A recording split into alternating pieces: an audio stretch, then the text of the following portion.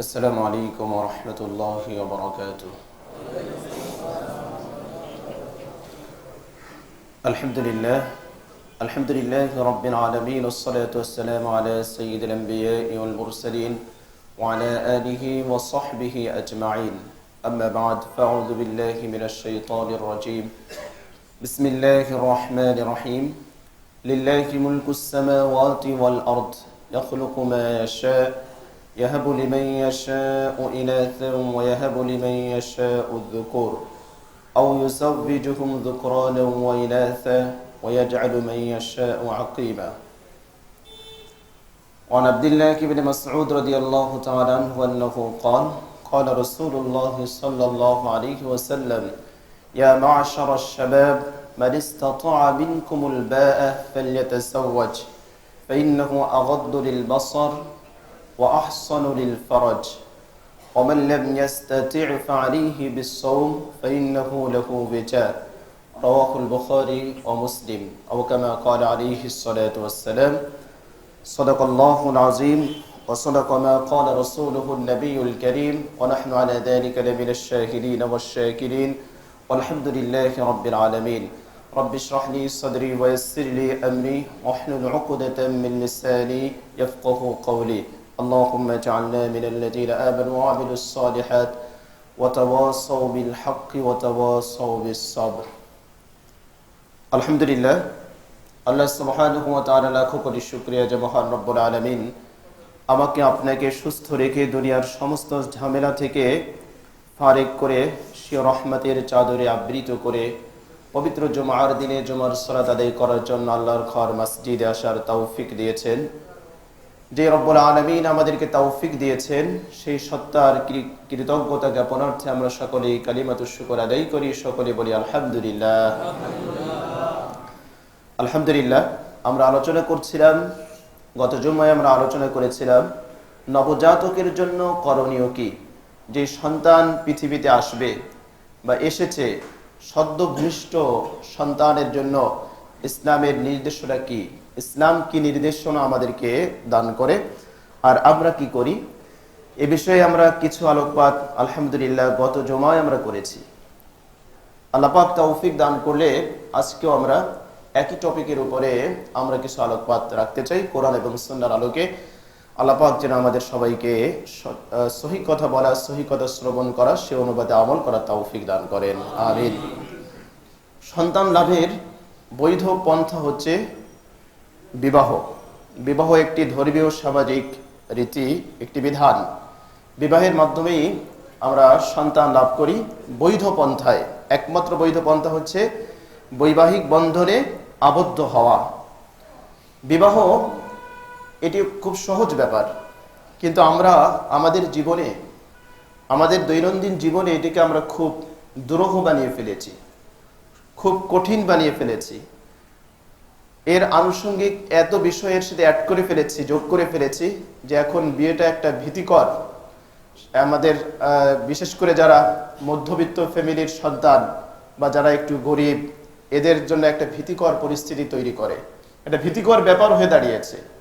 অথচ বিয়েটা ছিল একেবারে সহজ। যেই সমাজে বিয়েটা যত সহজ হবে, সেখানে ব্যভিচার তত কঠিন হবে। আর যেই সমাজে বিয়েটা কঠিন হয়ে যাবে, বিভিন্ন শর্ত শারায়েত, বিভিন্ন অনুষঙ্গ তার সাথে জড়িত হবে, সেখানে ব্যভিচারের পথ সুগম হবে। এজন্য সামাজিকভাবে আমাদেরকে বিবাহের পথকে সুগম রাখা চাই, বিবাহের পথকে সহজ রাখা চাই, সহজলভ্য এটি চাই। তাহলে অশ্লীলতা, ব্যভিচার, নৈতিক পদস্খলন এগুলো বন্ধ হবে।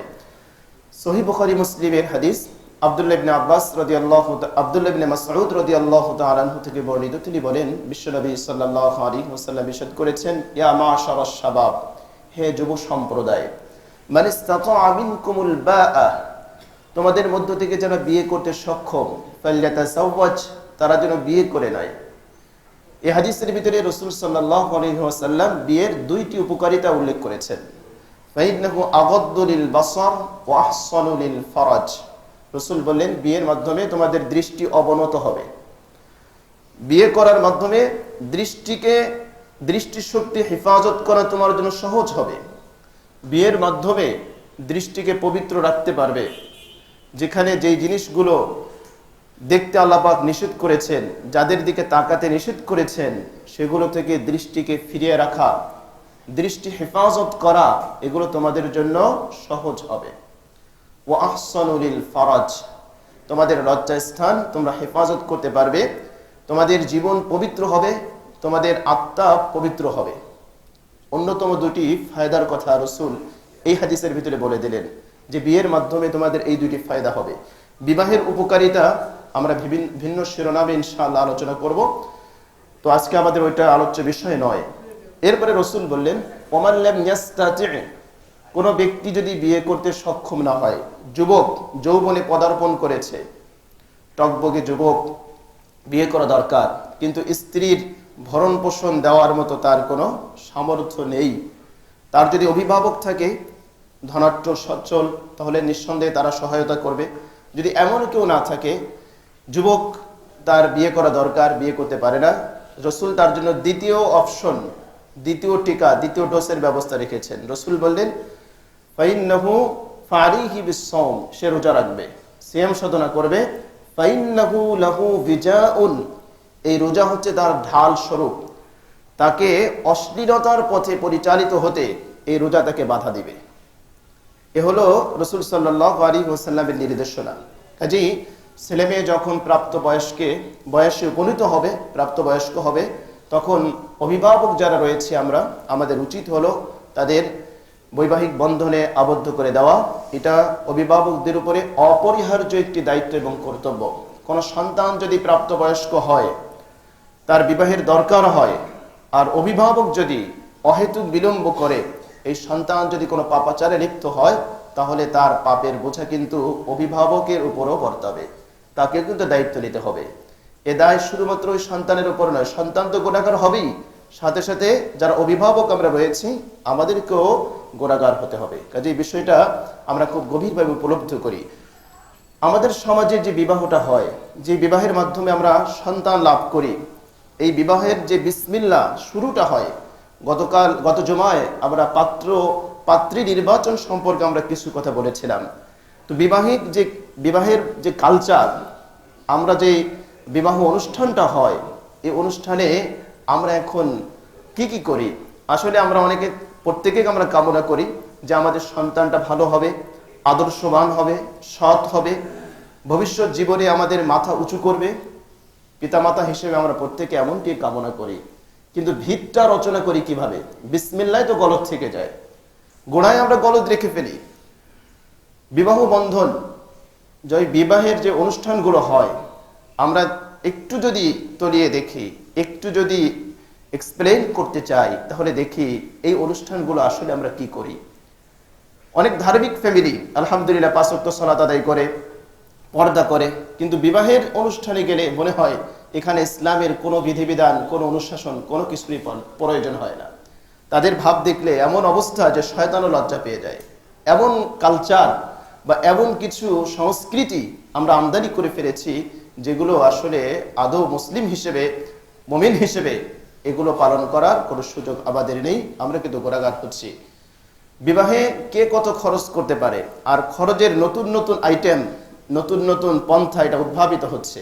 কত কিছু যে লাগে এখন বিয়ে করতে গেলে, তো রীতিমতো অভিভাবক এবং যারা বিবাহ বন্ধনে আবদ্ধ হবে তারা হিমশিম খেতে হয়, তারা ভয় পেয়ে যায় যে এত খরচ, কত খরচের পথ বেরিয়েছে। অথচ আম্মা জান আয়েশা রাদিয়াল্লাহু তাআলা আনহা থেকে বর্ণিত, তিনি বলেন, আযমুন নিকাহি বারকা আইসারুহু মাউনা। এটি নাসাই শরীফের হাদিস। বিশ্বনবী বললেন, ওই বিবাহটা সবচেয়ে বরকতময় হবে যেখানে খরচ হয় কম, যেখানে জাঁকজমক হয় কম, আড়ম্বরতা হয় কম। এই বিবাহের ভিতরে সবচেয়ে বেশি বারাকা, আযম বারাকা, সবচেয়ে বেশি বরকত ওই বিবাহের ভিতরে থাকে। কিন্তু আমরা কে কার বিয়েতে কত আয়োজন করতে পারি, কার বিয়েটা কত জাঁকজমকপূর্ণ হবে, কত অনুষ্ঠান হবে, এগুলোই আমাদের এখন মুখ্য বিষয় হয়ে দাঁড়িয়েছে। মুহতারাম হাজরিন, খুব ভালো করে উপলব্ধি করা উচিত দিন দিন আমরা কোন দিকে ধাবিত হচ্ছি, কোথায় যাচ্ছি। বিবাহের অনুষ্ঠানের নামে আমরা কত কিছু করি। এঙ্গেজমেন্ট, বাগদার অনুষ্ঠান, ইসলামের কোনো ভিত্তি নেই, এরকম কোনো কালচার নেই, এটা আমাদের নতুন তৈরি করা, নিজেদের তৈরি করা। কোরআন এবং সুন্নাহ রাসূলের জীবনে, সাহাবায়ে কেরামের জীবনে বাগদান অনুষ্ঠান বলতে কোনো অনুষ্ঠান আপনি কোথাও খুঁজে পাবেন না, একটাও দেখাতে পারবেন না, এরকম কোনো এক্সাম্পল নেই। তো ওখানে একটা হলো এঙ্গেজমেন্ট, একটা হলো, এরপরে বিবাহের দিন তারিখ ধার্য করা হয়, সেখানে গায়ে হলুদ হয়, গায়ে হলুদ অনুষ্ঠান। এটা হিন্দুদের একটি প্রথা, হিন্দুদের একটি কালচার। আজকাল তো গায়ে হলুদ অনুষ্ঠান না হলে বিবাহের অনুষ্ঠানটা একেবারে ফিকে হয়ে যায়। বিবাহের অনুষ্ঠান হলো নাকি, গায়ে হলুদ হবে। এখানে কনের পক্ষ থেকে বেগানা মহিলারা, তরুণ তরুণীরা, তারা এসে বরকে গোসল দিতে আসবে, আবার বরের পক্ষ থেকে কনেকে গোসল দিতে যাবে। এখনো কিন্তু বিবাহ বন্ধনে আবদ্ধ হয় নাই। তো এর আগে গায়ে হলুদের নামে কি চর্চা হচ্ছে, কি কি করছি আমরা একটু ভেবে দেখি। এরপর আবার মেহেদি সন্ধ্যা হয়, মেহেদি লাগানো। হ্যাঁ, মেয়েদের হাতে তো মেহেদি লাগানো কোনো সমস্যা নেই, পুরুষের হাতেও মেহেদি লাগানো হয়। পুরুষের হাতে মেহেদি লাগানো না জায়েজ নেই। তো মেহেদি সন্ধ্যা উদযাপন করা হয়। বরের মাথায় আবার ফুলের মালা দেওয়া হয়, কনের মাথায় মালা প্রদান অনুষ্ঠান হয়, মালা বদল অনুষ্ঠান হয়, আবার হাতে রঙিন কাপড় বাঁধা হয়। তো এরপরে এরকম কত যে অনুষ্ঠান। আবার বিয়ে করতে গেলে বরকে বরণ করে নেওয়ার জন্য গেটের সামনে সেখানে দাঁড়ানো হয়, সেখানে তরুণীরা দাঁড়িয়ে থাকে বরকে মালা দিয়ে বরণ করার জন্য। বেহায়া পড়া, বিলাল্লাপনার একেবারে খোলাখুলি চর্চা এখানে হয়ে যাচ্ছে। অথচ আমরা মুসলিম, রীতিমতো সালাত আদায় করি, আমরা মুসলিম হিসেবে পরিচয় দেই। আলহামদুলিল্লাহ, প্রথম সারির মুসলিম হিসেবে আমরা যাদেরকে চিনি, অনেকেই আমরা কিন্তু আমাদের বিবাহের অনুষ্ঠানগুলোতে এই কাজগুলো কিন্তু একেবারে ইজিভাবে করে ফেলছি। অথচ এটি যে কত মারাত্মক গুনাহ, কত কবিরা গুনাহ হচ্ছে, একটি বারও কিন্তু আমরা এটা ভ্রুক্ষেপ করছি না। এরপরে হয় বিবাহের অনুষ্ঠানের সময় অনেক সময় দেখা যায় বিবাহ পড়িয়ে ফেলছে, মেয়ের বাবার কোনো খোঁজ নেই, মেয়ের বাবা জানতেই পারছে না যে বিবাহটা হয়ে গেছে। কাজী সাহেব, উকিল বাপ একজনকে বানিয়ে বাস তার মাধ্যমে বিয়েটা পড়িয়ে নিচ্ছে। উকিল তো আসলে নিজের যে হওয়ার কোনো জিনিস না, উকিল হলো বানাতে হয়। মেয়ে যদি প্রাপ্ত বয়স্কা হয়, মেয়ের পক্ষ থেকে যদি উকিল মেয়ে না বানায়, তাহলে তার দ্বারা বিয়ে পড়ালে তো বিয়েই হবে না। অথচ এই কালচারটা খুব চলছে। উকিলকে দিয়ে বিয়ে পড়ানো হয়। উকিলকে দিয়ে কেন বিয়ে পড়াবে? উকিল কখন প্রয়োজন হবে? যদি মেয়ের কোনো অভিভাবক না থাকে। মেয়ের অভিভাবক পিতা সেখানে বিদ্যমান রয়েছে, পিতা উপস্থিত, ভাই উপস্থিত, চাচা উপস্থিত, দাদা উপস্থিত, নানা উপস্থিত, মামা উপস্থিত। যদি এদের কেউ না থাকে তখন উকিলের প্রয়োজন হয়। অথচ পিতা উপস্থিত রয়েছে, পিতার সামনে আরেকজন উকিল বানানো হচ্ছে। তো এগুলো করে ইসলামী কালচার না, ইসলামের কোনো ভিত্তি নেই। উকিল হবে নিরুপায় অবস্থায়, যে এই মেয়েকে বিয়ে দেওয়ার মতো কোনো কেউ নাই, তখন একজন উকিল বানানো দরকার। অথচ দিব্যি বাবা উপস্থিত রয়েছে। এমনও ঘটনা ঘটেছে, আমরা বিয়ে পড়াতে গিয়েছি, দাওয়াত করে নিয়েছে, মেয়ের বাবাই জানে না যে কখন বিয়ে হয়ে গিয়েছে। অবাক ব্যাপার, অবাক কাণ্ড। মেয়ের বাবা তো বলে কি হলো, আমি বুঝতেই পারলাম না কখন কাজী সাহেব গিয়ে সে বিয়েটি একেবারে শেষ করে ফেলেছে। তো খবরদার, এগুলো আমাদের সচেতন হওয়া দরকার, যে শুধুমাত্র স্রোতে যেন আমরা গা ভাসিয়ে না দেই। আমার ছেলের বিয়েটা, আমার মেয়ের বিয়েটা ইসলামী শরিয়া মোতাবেক হবে। বিয়েটা পড়ানোর সুন্নাহ হবে প্রথমে খুতবা দেওয়া। কাজী সাহেবরা যে বিয়েগুলো পড়ায় দেয়, উকিলের মাধ্যমে যে বিয়েটা হয়, কিসের খুতবা আর কিসের কি, কোনো কিছুই নয়। বিয়ে পড়ানো হবে মসজিদে, এটা সুন্নাত। এর আগে একটা খুতবা দেওয়া হবে, এটা সুন্নাত। বিয়ের জন্য পরে দোয়া হবে, তারপরে খেজুর দিয়ে বিয়ে করা, বিয়ের আপ্যায়ন করা, প্রাথমিক পর্যায়ে এটা সুন্নাত। কিন্তু আমরা এগুলোর কোনোই ভ্রুক্ষেপ করি না। অথচ কিছুদিন পরে এসে বলি, হুজুর দোয়া করেন আমার ছেলেটা যেন আব্দুল কাদের জেলানি হয়। তো বিসমিল্লাহ তো গলত রয়েছে ভাই, পাত্র পাত্রী নির্বাচনে গলত, বিবাহের অনুষ্ঠান যা করলাম সব ভুল, সব অনইসলামিক, সব হিন্দুয়ানি কালচার, সব ওয়েস্টার্ন কালচার। আর এরপরে এসে বলি যে হুজুর দোয়া করেন ছেলেটা যেন আব্দুল কাদের জেলানির মতো হয়। খবরদার ভাই, এগুলো এখনো আমাদের সচেতন হওয়া চাই। আমি মুসলিম, আমার সংস্কৃতি আছে, আমার কালচার আছে, আমার আদর্শ আছে, আমার শিক্ষা আছে, আমার ব্যক্তিত্ব আছে, আমার মর্যাদা আছে, আত্মমর্যাদা বোধ আছে। আমি কোন দিকে যাচ্ছি? তো বিবাহের ক্ষেত্রে এই জিনিসগুলো, এগুলো আমাদেরকে একেবারে বর্জন করা উচিত। ইসলামী কালচার মেনে, ইসলামী অনুশাসন মেনেই আমাদের দাম্পত্য জীবনগুলো শুরু হওয়া চাই। পবিত্র বন্ধনে যে আবদ্ধ হলো ছেলে মেয়ে, তার এই সূচনাটা অন্তত পক্ষে আমরা যেন ইসলামী লগুলো মেনে আমরা যেন এটা করি।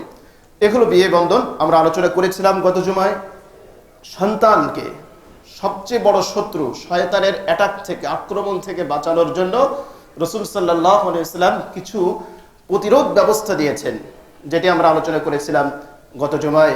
সহিহ বুখারীর এক হাদিসের ভিতরে বিশ্বনবী সাল্লাল্লাহু আলাইহি ওয়াসাল্লাম বলেছিলেন, স্বামী স্ত্রী যখন একান্ত সান্নিধ্যে আসবে তখন একটা দোয়া পড়বে। সেই দোয়া পাঠ করলে বিসমিল্লাহি আল্লাহুম্মা জান্নিবনাশ শাইতান ওয়া জান্নিবিশ শাইতানা মা রাযাকতানা, এই দোয়া রাসূল শিক্ষা দিয়েছেন, সহিহ বুখারীর হাদিস। বিশ্বনবী বলেছেন, স্বামী স্ত্রী যদি একান্ত সান্নিধ্যে আসার সময় এই দোয়া পাঠ করে লাম ইয়াদুররুহুশ শাইতান, তাহলে তাদেরকে যদি আল্লাহ পাক সন্তান দান করে সেই সন্তানকে শয়তান বড় ধরনের ক্ষতি করতে পারবে না। সুবহানাল্লাহ। অথচ আমরা অনেকে জানি না যে এরকম একটা দোয়া আছে। তো এই দোয়াটা আমাদের প্রত্যেকের আমাদের মুখস্থ করে নেওয়া চাই। সন্তান জন্ম নেওয়ার পরে সন্তান জন্ম নিয়েছে, সন্তান জন্ম নেওয়ার পরে আমাদের জন্য করণীয় কি?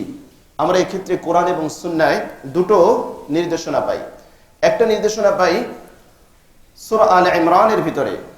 সূরা আলে ইমরানের ভিতরে ইমরানের স্ত্রী হলো হযরত ঈসা আলাইহিস সালাতু ওয়াস সালামের নারী, মারিয়াম আলাইহিস সালাতু ওয়াস সালামের মা।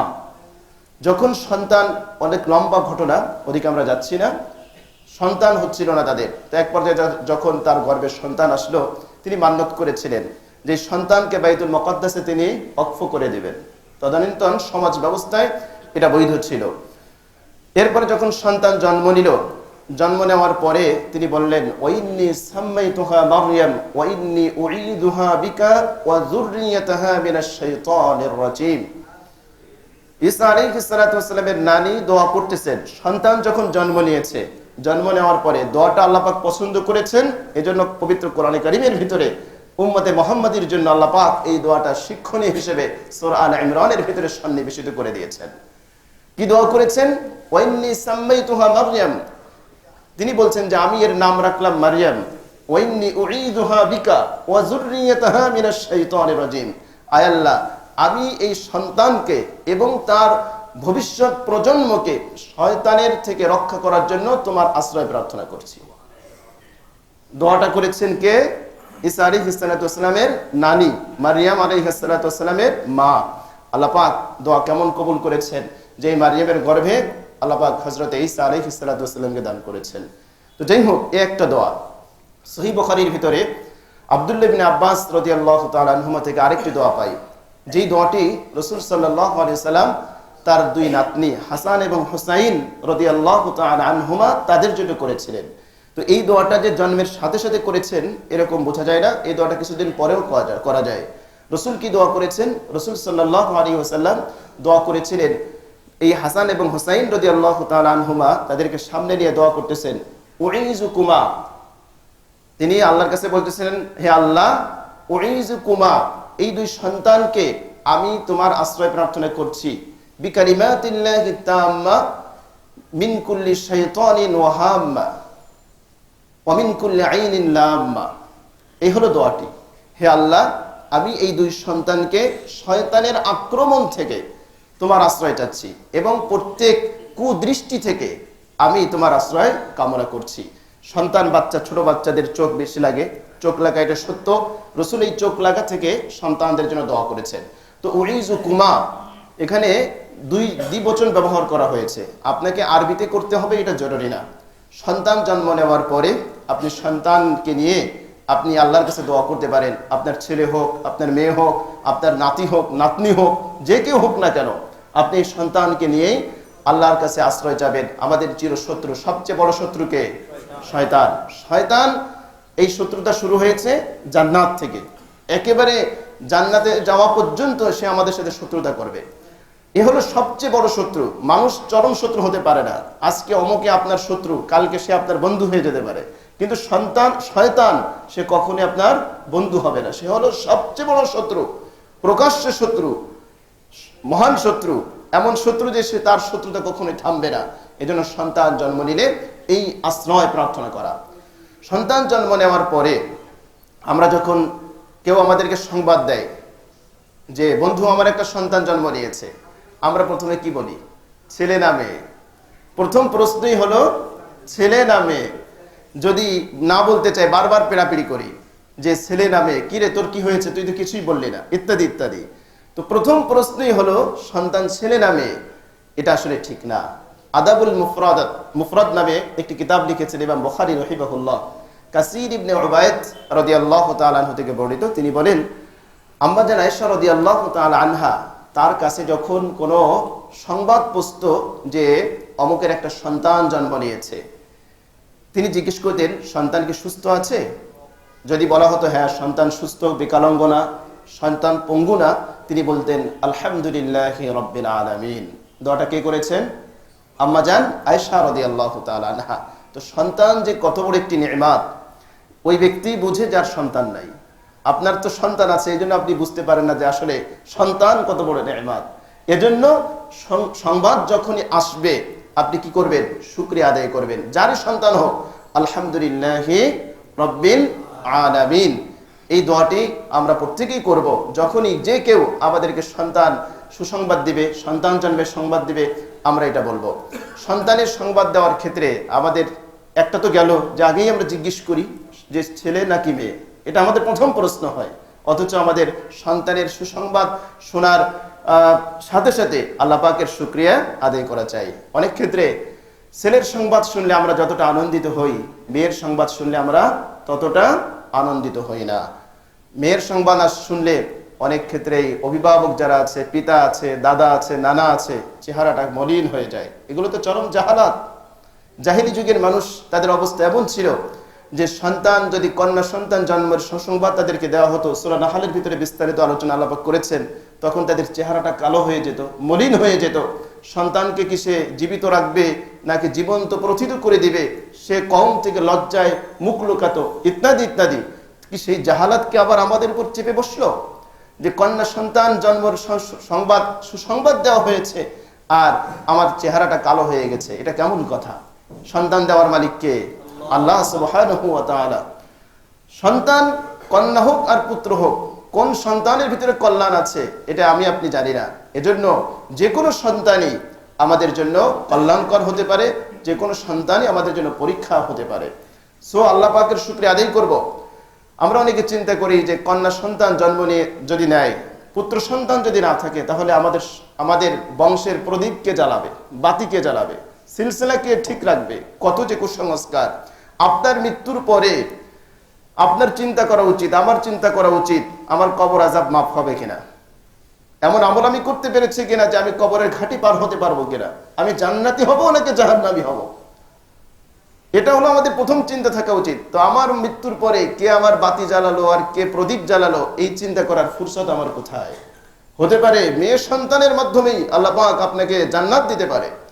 রাসূল সাল্লাল্লাহু আলাইহি ওয়াসাল্লাম তিনি কন্যা সন্তানের পিতা ছিলেন, তার পুত্র সন্তানগুলো সব শৈশবেই মৃত্যুবরণ করেছেন। তো আপনি কন্যা সন্তানের পিতা, আপনার জন্য সুসংবাদ রয়েছে। রাসূল কন্যা সন্তানের পিতা ছিলেন, আপনিও কন্যা সন্তানের পিতা। আল্লাহু আকবার! মুখ খারাপ কেন? সহিহ মুসলিমের হাদিস, রাসূল বলেছেন মান আলা জারিয়াতাইনি হাত্তা তাবলুগা, কোন ব্যক্তি যদি দুইটা কন্যা সন্তানের লালন পালন করে, জন্ম নেওয়ার পরে চেহারাটা কালো না করে, মুখ বেজার না করে, তাদের সাথে অবিচার না করে, দুই সন্তানকে যদি লালন পালন করে, রাসূল বললেন কাল কিয়ামতের দিবসে আমি আর ওই দুই কন্যা সন্তানের পিতা এভাবে পাশাপাশি অবস্থান করব। সুবহানাল্লাহ! 10টা পুত্র সন্তানের ব্যাপারেও এরকম সুসংবাদ আসে নাই। এরকম রাসূল একটা হাদিসও কেউ দেখাতে পারবে না যে 10টা পুত্র সন্তান ভালোভাবে লালন পালন করলে রাসূল আর সে ব্যক্তি জান্নাতে পাশাপাশি থাকবে, এরকম কোনো একটা হাদিসও নাই। রাসূল সাল্লাল্লাহু আলাইহি ওয়াসাল্লাম কন্যা সন্তানের ব্যাপারে সুসংবাদ দিয়েছেন। এজন্য কন্যা সন্তান জন্ম নেওয়া এটা আপনার নাজাতের ওসিলা হতে পারে। আর আপনি আমি ভুরু কুচকিয়ে ফেলি, কপালটা ঘুচিয়ে ফেলি, কত কিছু, কত কুসংস্কার যে আছে। অথচ কালামে পাকের ভিতরে সূরা শুরার মধ্যে আল্লাহ সুবহানাহু ওয়া তাআলা বলেছেন লিল্লাহি মুলকুস সামাওয়াতি ওয়াল আরদ ইয়াখলুকু মা ইয়াশা ইয়াহাবু লিমান ইয়াশাউ ইনাসা ওয়া ইয়াহাবু লিমান ইয়াশাউ যুকুর আও ইউযাব্বিজুহুম যুকরানা ওয়া ইনাসা ওয়া ইয়াজআলু মান ইয়াশাউ আকীমা। আল্লাহ পাক বলেন এই আসমান এবং জমিনের মালিক হলেন আল্লাহ। তিনি যা ইচ্ছা সৃষ্টি করেন, তিনি যাকে ইচ্ছা পুত্র কন্যা সন্তান দান করেন, যাকে ইচ্ছা কন্যা সন্তান দান করেন, যাকে ইচ্ছা পুত্র সন্তান দান করেন, যাকে ইচ্ছা আবার পুত্র কন্যা উভয়টি দান করেন, যাকে ইচ্ছা বন্ধা রাখেন। তাহলে কন্যা সন্তান দেওয়ার মালিক কে? পুত্র সন্তান দেওয়ার মালিক কে? উভয় সন্তান দেওয়ার মালিক কে? বন্ধা রাখার মালিক কে? স্পষ্ট ঘোষণা। অথচ সন্তান লাভের জন্য অনেক ক্ষেত্রে আমরা বাবার কাছে যাই, বিভিন্ন মাজারে যাই, মাজারে গিয়ে বলি বাবা একটা সন্তান দাও। বাবা সন্তান দেওয়ার মালিক? কি বলেন? বাবা সন্তান দেওয়ার মালিক? মাজারওয়ালা সন্তান দেওয়ার মালিক? কোন ব্যক্তি যদি কোনো মাজারের কাছে আর বাবার কাছে গিয়ে, মৃত ব্যক্তির কাছে গিয়ে সন্তান চায়, এটা শিরিক। সে শিরিক করলো। সন্তান দেওয়ার মালিক আল্লাহ। কোরআনের ভিতরে আল্লাহ পাক বলে দিয়েছেন, অনেক ক্ষেত্রে কন্যা সন্তান হলে শাশুড়িরা, দাদি শাশুড়ি, নারী শাশুড়ি, আরো যারা আছে সবাই কত কথা বলে যে এই পুত্রবধূকে বিদায় করো, এই সন্তান, এই বউকে বিদায় করো। ছেলেকে তালাক দেওয়ার জন্য প্রেসার ক্রিয়েট করে, ঝাঁটাপিটা করে। আধুনিক বিজ্ঞান কি বলে? মানুষের শরীরের ভিতরে 46টি ক্রোমোজোম আছে। নারীর শরীরেও আছে, পুরুষের শরীরেও আছে। আধুনিক মেডিকেল সায়েন্স আমাদেরকে বলে নারীর ভিতরে যে ক্রোমোজোম আছে তার নাম হলো এক্স, আর পুরুষের ভিতরে 2 ধরনের ক্রোমোজোম আছে, এক্স এবং ওয়াই। তো নারীর এবং পুরুষ যখন মিলন হয়, সন্তান জন্ম নেয়, নারীর শরীর থেকে 23টি ক্রোমোজোম আর পুরুষের শরীর থেকে 23টি ক্রোমোজোম আসে। যদি পুরুষের শরীর থেকে এক্স ক্রোমোজোম আসে আর নারীর শরীরে শুধুমাত্র এক্স আসে, তাহলে এক্স এবং এক্স মিললে হবে কন্যা সন্তান। আর পুরুষের সন্তান শরীর থেকে যদি ওয়াই ক্রোমোজোম আসে, নারীর শরীর থেকে আসবে এক্স ক্রোমোজোম, তাহলে আসবে ছেলে সন্তান। আধুনিক মেডিকেল সায়েন্স আমাদের বলে। তো মেয়ে তো, স্ত্রী তো শুধুমাত্র এক্স এর মালিক, আর পুরুষ হলো এক্স এবং ওয়াই এর মালিক। পুরুষের পক্ষ থেকে যদি এক্স আসে তাহলে মেয়ে সন্তান হবে। কাজেই মেয়ে সন্তান জন্ম দেওয়ার জন্য পুত্রবধূ দায়ী নয়। আমরা ওই সকল শাশুড়িদের বলতে চাই, যদি কন্যা সন্তান জন্মের কারণে পুত্রবধূকে ঝাঁটাপিটা করতে চান, আপনার পুত্রবধূকে নয়, বরং আপনার পুত্রকে করা উচিত। কেননা কন্যা সন্তান জন্মের জন্য মহিলার কোনো হাত নাই, কেননা তার আছে শুধুমাত্র এক্স ক্রোমোজোম, আর পুরুষের আছে এক্স এবং ওয়াই ক্রোমোজোম। এজন্য মুহতারাম, খবরদার, সন্তান, কন্যা সন্তান জন্ম নিয়েছে, এজন্য যেন চেহারাটা কালো না হয়, ভুরুটা কুঞ্চিত না হয়। এটা ছিল জাহিলি সমাজ। এই জাহিলি সমাজকে রাসূল খতম করে দিয়েছেন, জাহিলি সমাজের মূলে কুঠারাঘাত করে দিয়েছেন। কত চমৎকার ঘোষণা দিয়েছেন। 2টা কন্যা সন্তান। রাবি কি বলে জানেন? প্রথমে আল্লাহ রাসূল বলেছিলেন 3টার কথা। তো এক সাহাবী প্রশ্ন করলেন, ইয়া রাসূলুল্লাহ, 2টা কন্যা সন্তান লালন পালন করলে হবে না? আপনার সাথে জান্নাতে থাকা যাবে না? রাসূল বললেন, হ্যাঁ, 2টা কন্যা সন্তান লালন পালন করলেও জান্নাতে আমার সাথে থাকতে পারবে। সুবহানাল্লাহ। এবার রাবি বলেন, আহারে, আমি যদি একটা কন্যা সন্তানের কথা বলতাম তাহলে তো সুযোগটা নিতে পারতাম, কিন্তু আমি এটা বলি নাই, বললে খুব ভালো হইতো। যদি বলতাম যে ইয়া রাসূলুল্লাহ, একটা কন্যা সন্তানকে যদি লালন পালন করা হয়, আদব শিষ্টাচার শেখানো হয়, দিন শেখানো হয় এবং দিনদারি স্বামী দেখে বিবাহ দেওয়া হয়, তাহলে কি জান্নাতে আপনার সাথে থাকতে পারবে না? আমার মনে হয় রাসূল এটাও বলতো। অথচ আপনার পুত্র সন্তানের ক্ষেত্রে এটা নেই। আমরা দেখি কি পুত্র সন্তান, এই তরুণ যুবক ভাইয়েরা, সব পুত্র সন্তানের কথা বলছি না আমরা। কিছু কিছু পুত্র সন্তান আছে যারা বইয়ের পক্ষ নিয়ে মা বাবার সাথে ঝগড়া করে কি করে না? অনেক ক্ষেত্রেই করে। আবার কন্যা সন্তানরা মা বাবার পক্ষ নিয়ে স্বামীর সাথে ঝগড়া করে। তো কন্যা সন্তান মাতা পিতাকে যতটা রেসপেক্ট করে, যতটা ভালোবাসে, মহব্বত করে, আধুনিক এই সমাজ ব্যবস্থায় পুত্র সন্তানরা ওই পরিমাণ করে না। আবার ব্যতিক্রম তো অবশ্যই আছে, ভালো মন্দ অবশ্যই আছে, যে অনেক ছেলে সন্তান বেশি মহব্বত করে, মেয়ে সন্তান করে না। তো স্বাভাবিকভাবে এটা হয়। এজন্য মেয়ে সন্তান জন্ম নিলেই খবরদার এটি যেন না হয়। তো সন্তান জন্মের সংবাদ আপনার কাছে আসবে, আপনি কি বলবেন? আলহামদুলিল্লাহি রাব্বিল আলামিন। সন্তান জন্ম এসেছে, আপনার কাছে এসেছে, আসার পরে আরেকটি সুন্নাহ হলো এই সন্তানের কানে আজান দেওয়া। সন্তানের কানে কি দেওয়া? আজান দেওয়া। আব্দুল্লাহ ইবনে আব্বাস রাদিয়াল্লাহু তাআলা আনহু থেকে বর্ণিত, তিনি বলেন, নাসাই শরীফের হাদিস, তিনি বলেন, আমি রাসূল সাল্লাল্লাহু আলাইহি ওয়াসাল্লামকে দেখলাম, রাআইতু রাসূলুল্লাহ সাল্লাল্লাহু আলাইহি ওয়াসাল্লাম আযযারা উযুনা হাসান হিনা ওয়ালাদাতহু ফাতিমা। ফাতিমা রাদিয়াল্লাহু তাআলা আনহা যখন হাসান রাদিয়াল্লাহু তাআলা আনহাকে জন্ম দিলেন, রাসূল কোলে নিয়ে তার কানে আজান দিতে আমি দেখলাম। অথচ এই সুন্নাহটা আমরা যদি জিজ্ঞেস করি, ভাই হাত উঁচু করেন, কার কয়েক সন্তানের কানে আজান দেওয়া হয়েছে? অনেকে আমরা লজ্জায় হাত উঁচু করতে পারবো না। এটা অন্যতম গুরুত্বপূর্ণ একটি সুন্নাহ। আমি বলেছিলাম গত জুমায় যে আমি বাস্তবে দেখেছি হসপিটালে শতকরা 100টা সন্তানের ভিতরে একটা সন্তানের কানে আজান দেওয়া হয় না। অথচ এটা প্রমাণ করেছে, অনেকে গবেষণা করে এটা প্রমাণ করেছে, যে সন্তান জন্ম নেওয়ার পরে সর্বপ্রথম তার কানের ভিতরে তাওহীদের বাণী ঢুকিয়ে দেওয়া হবে, আশহাদু আল্লা ইলাহা ইল্লাল্লাহ। এই সন্তানের কানে যদি তাওহীদের বাণী ঢুকিয়ে দেওয়া হয়, এই সন্তান কোনোদিন মুরতাদ হবে না। সন্তানের কানে প্রথম যে আওয়াজটা যাবে এটি হলো আজান, তাওহীদের বাণী। আমাদের দেশে ডান কানে আজান, বাম কানে ইকামত দেওয়া হয়। তো বাম কানে ইকামত দেওয়া একেবারে ভিত্তিহীন বলা যাবে না। বাইহাকী শরীফের একটা হাদিস এসেছে, হাদিসটি জয়ীফ, দুর্বল। আরেকটি রিওয়ায়াত এসেছে, ওমর ইবনে আব্দুল আজিজ রাহমাতুল্লাহ আলাইহি পঞ্চম খলিফা, উনি বাম কানে আজান দিতেন। কাজী রাসূলের আমল হলো ডান কানে আজান দেওয়া, কানের ভিতরে আজান দেওয়া। এখন কানে আজান দিতে গিয়ে আপনার মাইকে আজান দিতে হবে না, বা আপনাকে কোনো হুজুরের অপেক্ষায় থাকতে হবে না যে দেখি এখানে কোনো হুজুর পাই কিনা, হুজুরকে এনে আজান দিতে হবে না। আপনি সন্তান, সন্তানের পিতা, সন্তানের ভাই, সন্তানের আত্মীয়, এমনকি যদি কোনো পুরুষ নাও থাকে তাহলে মহিলাও তার কানে আজান দেবে। আজানের এই সুন্নাহটা যেটা কখনোই বাদ পড়ে না যায়, খবরদার খবরদার, এটা খুবই ইম্পর্টেন্ট একটি সুন্নাহ। তার কানের ভিতরে সর্বপ্রথম তাওহীদের বাণী প্রবেশ করিয়ে দেওয়া, ঢুকিয়ে দেওয়া। এই সুন্নাহ থেকে আমরা অনেকেই কিন্তু বিমুখ। সন্তান জন্মের পরে আরেকটি সুন্নাহ হলো তাহনিক করাই দেওয়া। আমরা অনেকে জানি না আসলে তাহনিক কি। আম্মা জান আয়েশা রাদিয়াল্লাহু তাআলা আনহা বলেন, সহিহ মুসলিমের হাদিস, রাসূল সাল্লাল্লাহু আলাইহি ওয়াসাল্লাম জীবিত থাকা অবস্থায় মদিনায় যে সন্তানগুলো জন্ম নিত সবাইকে কোলে করে রাসূলের কাছে নিয়ে আসতেন, আর রাসূল তাহনিক করিয়ে দিতেন। এখন তাহনিক কি? আপনি একাধিক হাদিস পাবেন, অনেক হাদিস পাবেন তাহনিকের। তাহনিক হলো খেজুর চিবিয়ে একেবারে মিহিন করে, মোলায়েম করে নবজাতকের তালুতে একটু লাগিয়ে দেওয়া।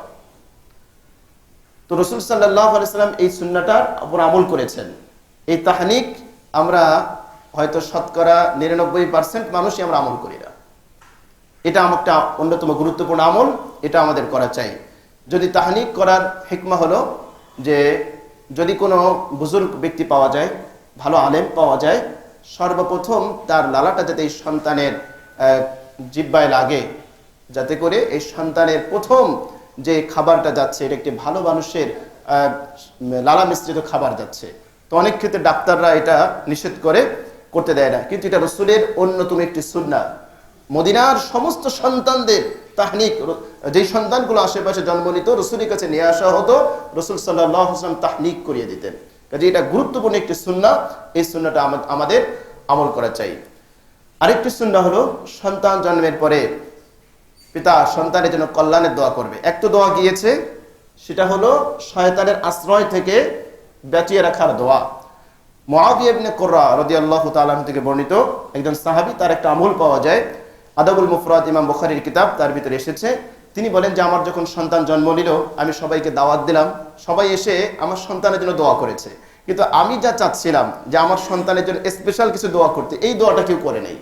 এজন্য আমি বললাম যে আপনারা যে দোয়া করেছেন আপনার দোয়াগুলোই আল্লাহ পাক বরকত দান করুক, কবুল করুক, তবে আমার কিছু দোয়া আছে আমার সন্তানের জন্য, আমি দোয়া করব, আপনারা একটু আমিন আমিন বলবেন।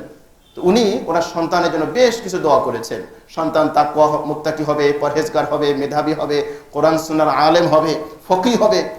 উনি দোয়া করেছেন, সবাই আমিন আমিন বলেছে।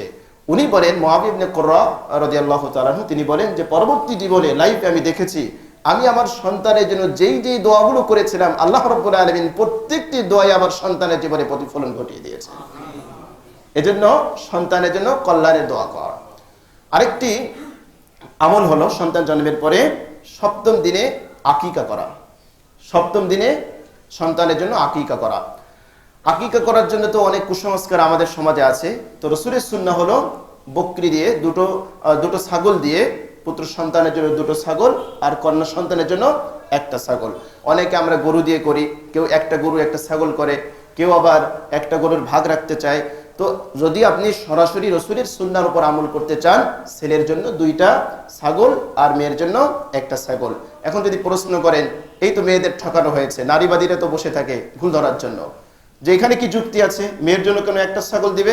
মনে হয় এখানে আনন্দ বেশি হয় নাই, ছেলের সন্তান জন্ম নিয়েছে আনন্দ বেশি হয়েছে, এজন্য এখানে দুইটা ছাগল। কত যে প্রশ্ন, তারা যুক্তি না দিলে বুঝতে চায় না। অনেক মুসলমান এরকম আছে না? নাই, আছে। তারা প্রত্যেকটা জায়গায় যুক্তি খোঁজে। তো যারা যুক্তি খুঁজে খুঁজে মানতে চায় তারা মুসলমানও না, তারা মুমিনও না। ঈমানের নাম হলো আল্লাযীনা ইউমিনুনা বিল গায়ব, আপনি গায়েবের প্রতি ঈমান আনবেন। গায়েব তো আপনি দেখেনই নাই, না দেখে আপনাকে ঈমান আনতে হবে। কাজেই আমান্না সামি'না ওয়া আমান্না, শুনেছি এবং মেনে নিয়েছি, এটার নাম হচ্ছে ঈমান। আর যুক্তি দিয়ে বোঝা, এটা হলো শয়তানের কাজ। হ্যাঁ, অবশ্যই যুক্তি আছে, অনেক যুক্তি আছে। এক হাদিসের ভিতরে রাসূল সাল্লাল্লাহু আলাইহি ওয়াসাল্লাম বলেছেন, প্রত্যেকটা সন্তান মুরতাহানুন বিআকিকাতিহি, যে প্রত্যেকটি সন্তান তার আকিকার সাথে দায়বদ্ধ থাকে। রেহেন রাখা, বন্ধক রাখা। আপনি কোনো একটা জিনিস কারো কাছে বন্ধক রেখেছেন, কিছু টাকা এনেছেন, পরবর্তীতে টাকা দিয়ে সেই জিনিস ছাড়িয়ে নিয়ে আসেন। রাসূল বললেন যে প্রত্যেকটা সন্তান মুরতাহানুন বিআকিকাতিহি, তার আকিকার সাথে দায়বদ্ধ থাকে। এর অনেক ব্যাখ্যা এসেছে। তো একটা ব্যাখ্যা তো এরকম যে প্রত্যেক সন্তান আকিকার সাথে দায়বদ্ধ, তার অর্থ হলো, ব্যাখ্যা হলো এই যে এই সন্তান কিয়ামতের দিবসে পিতামাতার জন্য সুপারিশ করবে।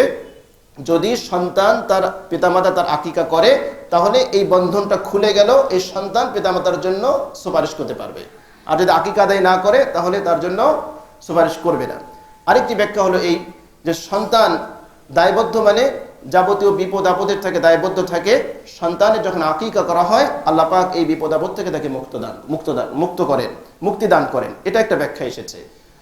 তো স্বাভাবিকভাবে সন্তান আকিকার মাধ্যমে বিপদ আপদ দুর্যোগ থেকে মুক্তি লাভ করে। এখন বাস্তবতা অনুযায়ী মেয়ের সন্তান বেশি বিপদের সম্মুখীন হয় না পুত্র সন্তান বেশি বিপদের সম্মুখীন হয়? পুত্র সন্তান। মেডিকেল সায়েন্স আমাদেরকে বলে যে একটা মেয়ের সন্তানের ব্রণ, তার ভিতরে রোগ প্রতিরোধ ক্ষমতা বা তার সাথে লড়াই করার শক্তি থেকে বেশি, পুত্র সন্তানের রোগ প্রতিরোধ ক্ষমতার সাথে লড়াই করার শক্তি থেকে কম। তো যেহেতু পুত্র সন্তান সৃষ্টিগতভাবে রোগ প্রতিরোধ ক্ষমতার কম থাকে, এজন্য আকিকা তাকে 2 ডোজ দিয়ে তাকে আরেকটু শক্তিশালী করা হচ্ছে। স্বাভাবিকভাবে অ্যাক্সিডেন্ট, দুর্ঘটনার শিকার কারা বেশি হয়? পুত্র সন্তানরা। যুদ্ধে গিয়ে তাদের বিপদ, বাহিরে কর্মসংস্থানে গিয়ে বিপদ, গাড়িতে চলতে গিয়ে বিপদ। এজন্য যেহেতু এরা বিপদের সম্মুখীন বেশি হয়, বিপদ থেকে রক্ষা করার জন্য তাদের জন্য 2 ডোজ অর্থাৎ 2টা ছাগল। তো এরকম হাজারো যুক্তি আপনি দিতে পারবেন, এদিকে আমরা যাচ্ছি না। তো এ হলো একটা আমল, 7ম দিনে আকিকা করে ফেলবেন। আকিকার গোশত সবাই খেতে পারে, মা বাবা সবাই খেতে পারে। অনেক জায়গায় কুসংস্কার আছে মাতা পিতা খেতে পারে না, না, সবাই খেতে পারবে। অনেক জায়গায় কুসংস্কার আছে আকিকার রক্ত দিয়ে সন্তানকে গোসল করায় বা সন্তানকে খাওয়ায়, একেবারে কুসংস্কার, একেবারে ভিত্তিহীন। খবরদার, এগুলোর পিছনে পড়বেন না।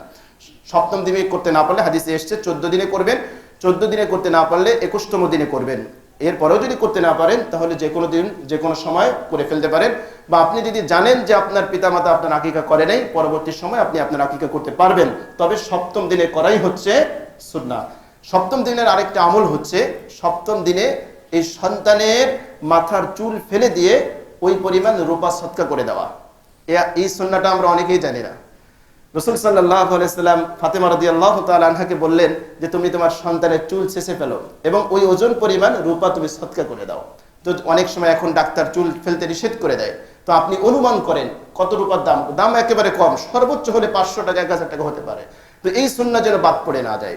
7ম দিনে আপনি আপনার সন্তানের নাম রাখবেন। নাম আগেও রাখতে পারেন, 7ম দিনে রাখতেও পারেন। তো নাম রেখা নিয়ে তো আমরা কি মুসিবত পড়ি। আমাদের প্রথম টার্গেট থাকে নামটা হতে হবে আনকমন। আমার সন্তানের নাম দুনিয়ার আর কেউ থাকতে পারবে না, আনকমন হতে হবে এবং সংক্ষিপ্ত হতে হবে, শর্ট হতে হবে, ইত্যাদি ইত্যাদি। নামকরণ করার ক্ষেত্রে সবচেয়ে উত্তম নাম হচ্ছে আব্দুল্লাহ, আব্দুর রহমান। এটা হলো সর্বোত্তম নাম। এরপরে আপনি আল্লাহ পাকের সিফত আছে, তার সাথে আব যোগ করে আপনি নামকরণ করতে পারেন। সাহাবীদের নামে নামকরণ করতে পারেন। অনেক জায়গায় কুসংস্কার আছে, নামের সাথে পিতামাতার নামের অক্ষর যোগ হতে হবে। এই কুসংস্কারটা শহরে গ্রামে সব জায়গায় আছে। এসেই বলে যে মায়ের নাম এই, বাবার নাম এই, এর সাথে নাম মিলে একটা নাম লিখে দেন। আরেকটা কুসংস্কার এখন যুক্ত হয়েছে, নেট থেকে ইংরেজি প্রোনাউন্সিয়েশন দেখে নাম একটা চুজ করে নিয়ে এসে, হুজুর দেখেন তো নামটা ঠিক আছে কিনা। আমাদের ডিকশনারি খুঁজতে খুঁজতে ডিকশনারি পাতা ছিঁড়ে ফেললেও আমরা খুঁজে পাই না। তো এরকম হয় না কেন? যে আরবি শব্দটা আপনি ইংরেজি দিয়ে ব্যক্ত করতে পারবেন না। আইন, হা, কফ, আপনি ইংরেজি কি শব্দ দিয়ে ব্যক্ত করবেন? তো ইংরেজি দেখে আপনি নাম একটা চুজ করে নিয়ে আসছেন, যেগুলো আমরা কোথাও খুঁজে পাই না। তো এই জন্য এই সকল এর পিছনে পড়া যাবে না, আপনি সুন্দর নাম রাখবেন। আরেকটা সুন্নাহ হলো যে এটাকে সুন্নাহ আমল করলেও করা যেতে পারে, না করলেও করা যেতে পারে। জাহেলি যুগে সন্তান জন্ম নিলে ওই পশুর রক্ত দিয়ে তাদের মাথাকে রাঙিয়ে দেওয়া হতো। এজন্য রাসূল সাল্লাল্লাহু আলাইহি ওয়াসাল্লাম বলেছিলেন যে তোমরা তোমাদের সন্তানের মাথাগুলো রক্ত নয়, এটা হারাম, বরং তোমরা জাফরানের রং দ্বারা রাঙিয়ে দাও। এটা করলে করা যেতে পারে। আরেকটি সুন্নাহ হলো খতনা করিয়ে দেওয়া। এগুলো মোটামুটি সন্তান জন্মের পরে আমাদের জন্য করণীয়। ইসলাম আমাদের এই করণীয়গুলো নির্দেশ দেয়। তো আমরা প্রত্যেকেই চেষ্টা করব আমাদের নবজাতক যারা ভবিষ্যতে আসবে, আমাদের যদি সন্তান না আসার সুযোগ থাকে, নাতিরা আসতে পারে, নাতি নাতনি আসতে পারে, তাদের সন্তানরা আসবে, সেই ক্ষেত্রে ইসলামের এই মূলনীতিগুলো আমরা প্রয়োগ করার জন্য চেষ্টা করব। আল্লাহ পাক আমাদেরকে আমল করার তৌফিক দান করেন। আমিন। ওয়া আখিরু দাওয়ানা আলহামদুলিল্লাহি রাব্বিল আলামিন।